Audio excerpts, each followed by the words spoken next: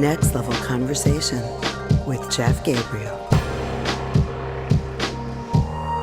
I don't know if you guys ever hear of the Central Park Five, like back in the 80s. Remember that? It was like, I believe it was called the Central Park Five.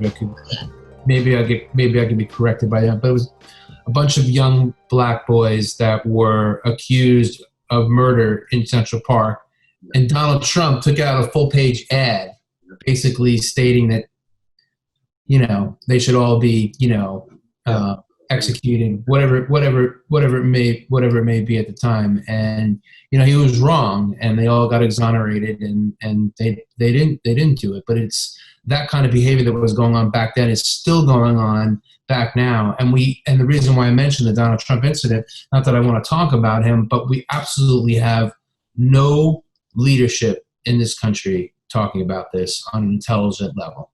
Honestly, it's the fact that we're having such large events happening and there's no one really to point to look for a direction on how we should move. It makes me nervous personally, just because of the fact that when we look at history, we have people like Malcolm X, Rosa Parks, we have people like Martin Luther King, and they were the leaders. And at this time, we, as a Black community, we're used to actually looking for guidance from the church.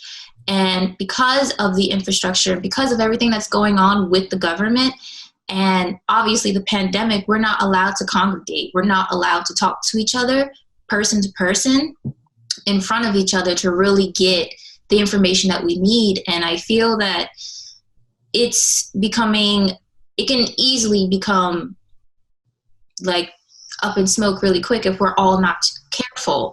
And it's a shame that we're in this position, because right now we do need this change, especially for the fact that Black Lives Matter means if our lives matter, then obviously all of us matter, because at the end of the day, we're all going to get the equal respect that we all should have. So it's one of those things that we really need to get down to, and it needs to happen like right now. What do you think can be some of the potential outcomes positively from?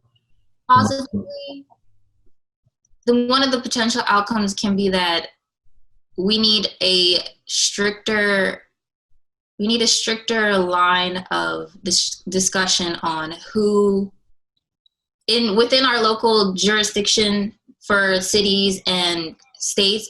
We need a stricter way of going about voting and how we discuss who's going to be in office to represent us. That's what could be a positive solution to all of this. Because if you don't have proper representation, then all the things that are happening will not get to the make or break statements, lawmaking policies. It won't be able to get to the heights that it needs to. A lot of the racial laws that were put into the system went to the Supreme Court. At the end of the day, if racism is an obvious issue, then why does it have to take what it did take then to do it now? And why does it have to go all the way through the systems to the Supreme Court if we all know consciously today that it's wrong? Right. It's just, it's like feeding fodder. Like, why are we doing this? We know this. Mm-hmm.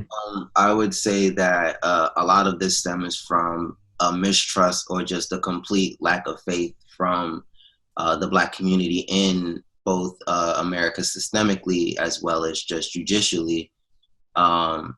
People don't think that the system works in their favor. So ultimately, they're going to seek justice whatever way that they can get it. If that means, a couple of businesses are on fire, then, unfortunately, that's kind of what it's going to be.